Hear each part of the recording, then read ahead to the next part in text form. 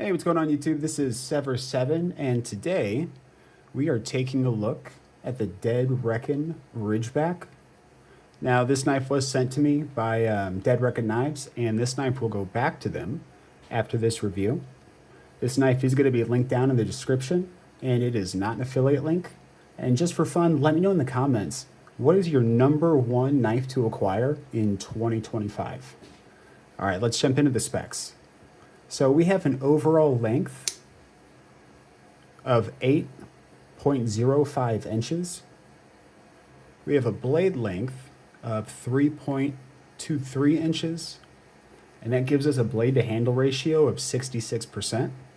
So, as I've said before, the closer you are to that 80% blade to handle ratio, that's going to put you right at kind of that Shirogorov look where it almost looks like it's a 50-50.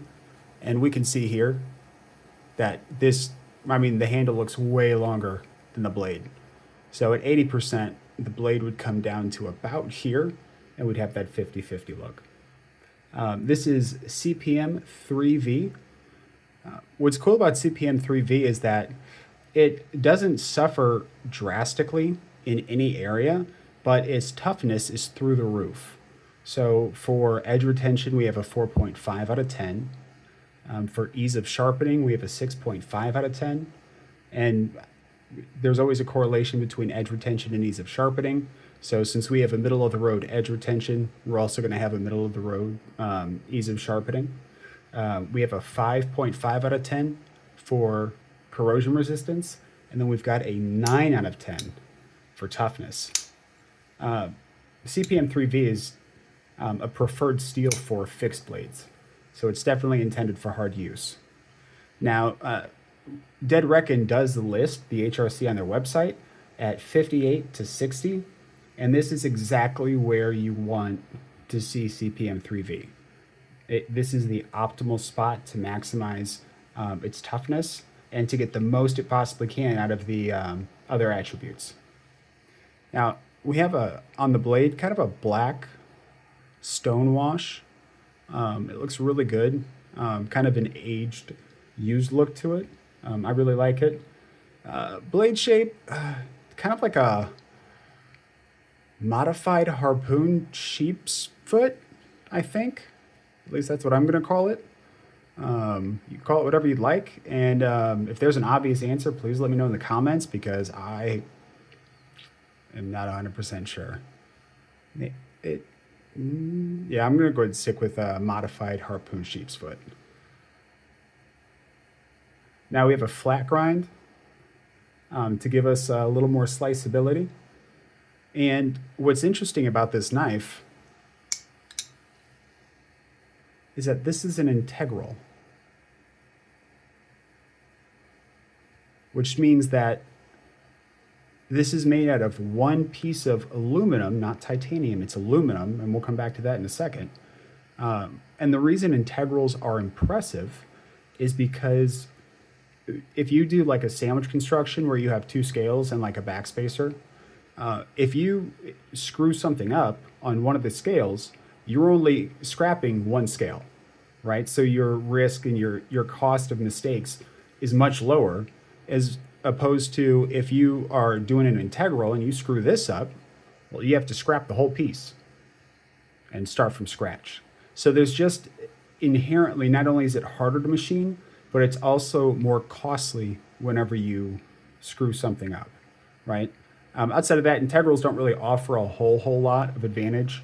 In my mind, I like it because I don't think companies pump out integrals less than their best. Right? Like I've seen companies pump out folders and it's like, meh, it's all right. You know, it doesn't look like your best effort. But whenever I see integrals, to me, that almost guarantees that they put, like, it was a flex. They put everything they had into it, or they did their best with it. So that's why I like integrals. Now, as far as the pocket clip goes, we've got like a medium carry. You're going to have about that much sticking out of your pocket. As an overall weight, we're looking at 4.26 ounces. And I'm just going to say, normally, whenever you put the words made in the US and integral into a sentence together, something funny happens. The price tag hits puberty, and it'll go from that same knife coming from China is going to be $300, and then as soon as you add integral and US made, it's going to be $800, right? $900. And I can tell you the price point for this knife is far from that. But let's do some size comparisons. We're going to put it up against the Best Tech Mantidae, which it dwarfs. Let's put it up against this knife, which I cannot remember the name of, the Best Techman. I can't remember the name of it. But the Best Techman's actually slightly longer. Do I have anything else to put it up against? Yes, I do. We're going to put it up against the Civivi button lock Praxis.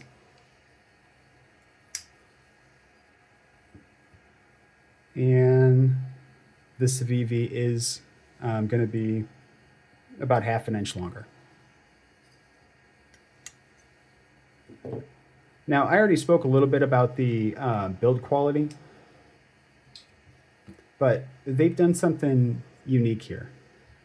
The reason aluminum isn't typically used for integrals is because aluminum can't stand up to the pressure that's going to be put on the frame, right? Because normally you have a stop pin or something like that. That way when you're... So let me back it up a second. Essentially what they've done is they have created a proprietary pivot system, right? In which case their pivot system is completely enclosed, and their pivot system bears all of the pressure of the knife. So like your normal everyday use, you're fidgeting, you're cutting, you're prying, don't pry, but any of that stuff, the pressure is not being shared between the pivot system and the frame. It's all being put on their enclosed pivot system. Now you can still open the pivot system and clean it out and stuff like that, but their pivot system basically bears the burden and all the wear that the knife would endure based on pressure being applied to it. That way, let's say your knife, let's say you do something rough with it and the pivot system is busted. You don't have to replace the whole knife. You just get a new pivot system, put it in, and then your knife's just like brand new. So I don't know all the details of it, and I don't want to explain over my head, but 100% the explanation was all of the pressure is put onto the pivot system, not the aluminum body frame. And if it breaks, just replace the pivot system, and then you're good to go outside of sharpening. Now, just feel in hand, like the build quality feels incredible. It feels solid. There's no flex in it or anything like that. Aesthetically, this is not going to be for everybody. However, they have a lot of customization options on their website. Before you can buy the knife, they want you to pick out your color, and there's a lot of options. You're talking stonewash, you're talking this red, they have teal on there, there's black, just a ton of color options. But you also get to pick what kind of milling you want. So this is their knurled option, and they have one other option. I don't remember what it's called, but it's maybe it's like a diamond pattern. But you get to pick the color, you get to pick the milling option, and then they have 3 blade shapes. You have this blade shape, you have a Warncliffe blade shape, and then they just came out with a 3rd blade shape that I haven't seen. I would assume it's probably something akin to a drop point, kind of along those lines. But I've been told it's a really handsome blade, so I would check it out.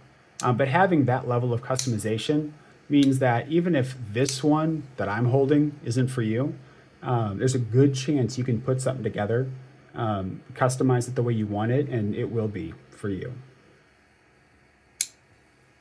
Now, as far as the action goes, I believe I've got like a Gen 1 or Gen 2 version of this knife. They're on Generation 3. This one's pretty fidgety, but I'm told Generation 3 is very fidgety, like much more so than this. And the only thing that stops this one from feeling super fidgety is the reverse flick is, it's kind of hard. Like I like a strong detent, so like I could fidget with this, but it's not the easiest thing to flip open and close. That like I get fatigue after, maybe 10 flips. Whereas like, with other knives that have a slightly lighter detent. Well, when I say detent, but with it being a button lock, it's not really a detent, but like, I can't separate the blade and the handle as if it did have a detent. I think that's part of the pivot system. So just like a traditional knife, if I just yank, it's holding itself in place. And the pivot that's doing that, I believe, it just makes the detent feel a little bit stronger than it should, if that makes sense. But like I said, with the version 3, everyone I've talked to said it's incredibly fidgety. Now with the pivot system, just to bounce back to that really quick, it is an enclosed pivot system, which means it's going to be able to stay clean. If for some reason, though, you do need to take it apart, it's super easy to do. You just take the knife apart like normal, you pull the pivot out, you can open it. It's only 2 pieces, and then you can see inside, like you're not going to have a bunch of like, bearing balls falling out or nothing like that. Like it's the one time I did take it apart, it was really easy to just put back together. And as far as the button travel, I really like it. I know it's a weird thing to be picky about, but the button is large, it's comfortable to push, and it's got what feels like a really good distance for travel. Now, it does take some pressure, right? You're not going to accidentally set this off in your pocket. Like you have to find the button and really commit to pushing it down. But because of its size and the fact that it's not inset, right? Sometimes you have buttons that are inset, a 1/16 of an inch, and then it kind of feels like, I don't know, it kind of feels like you're not getting a whole lot of purchase on the button. But with this one, you do. Now, I'm going to silently flick the knife. That way you can hear the acoustics and know if they're a good fit for you.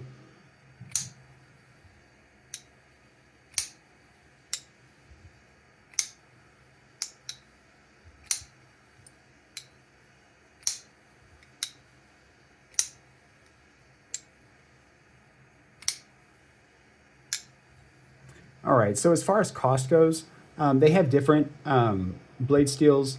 They have titanium variants as well. The variant that I have right here with the CPM 3V and the aluminum construction, this is coming in, keep in mind, integral, USA made. It was designed in the US. The parts were sourced in the US. They do everything in-house. It was built from the ground up, everything in the US. And an integral. You're looking at $335. $335, which means this is actually coming in less expensive than the majority of Chinese integrals. Like if you want a Wii integral, you're looking at somewhere between, $385 and, $500, right? This is a USA made, relatively small batch because I believe it's just 2 guys.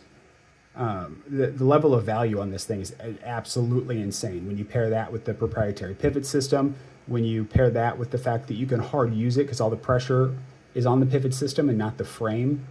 The blade steel is built for hard use. Like they're giving you, a no BS USA made integral that's meant for hard use that you can customize right there on the website.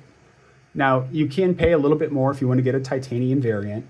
They do have other blade steels. I know D2 is an option if you want to go a little bit cheaper. So you can cater it to really what you want to use it for. But that price point is incredibly impressive. Is this knife for everybody? I'll be honest. Unless the knife is simply too big, like if it's just too big for you to use, then okay. Or if you're specifically looking for like a small office carry. But outside of that, I would recommend this knife to anybody. The customization, the build quality, USA made, integral construction. This is the only knife they make, so it's not like they're split all over the place. Like this is what they make. So everything they've done, that's why they're on version 3. Everything they do is to perfect this specific knife. And every version's gotten better and better over time. While I am sending this one back to them, I am going to end up purchasing a V3 with one of the alternative blade shapes, probably in a teal. But yeah, I mean, if you can physically use the knife and you can legally, have the knife, then yeah, I would recommend this to my mom, right? My grandma. This is such a high quality knife for the cost that the value per dollar ratio is absolutely off the charts. Absolutely fantastic representation of the quality that the U.S. can pump out, the innovation that the U.S. can pump out, and the pricing that they're able to get to. I love this knife. I love this harvester. All right, so links for everything, by everything I mean this, is going to be in the description. It is not an affiliate link, so whether you use that link or any other link, it makes no difference. Please follow me on Instagram at SEVRSEVN. That's Sever7. And please like and subscribe. That's all I got for you. So thanks for watching and have an absolutely fantastic rest of your day. Bye.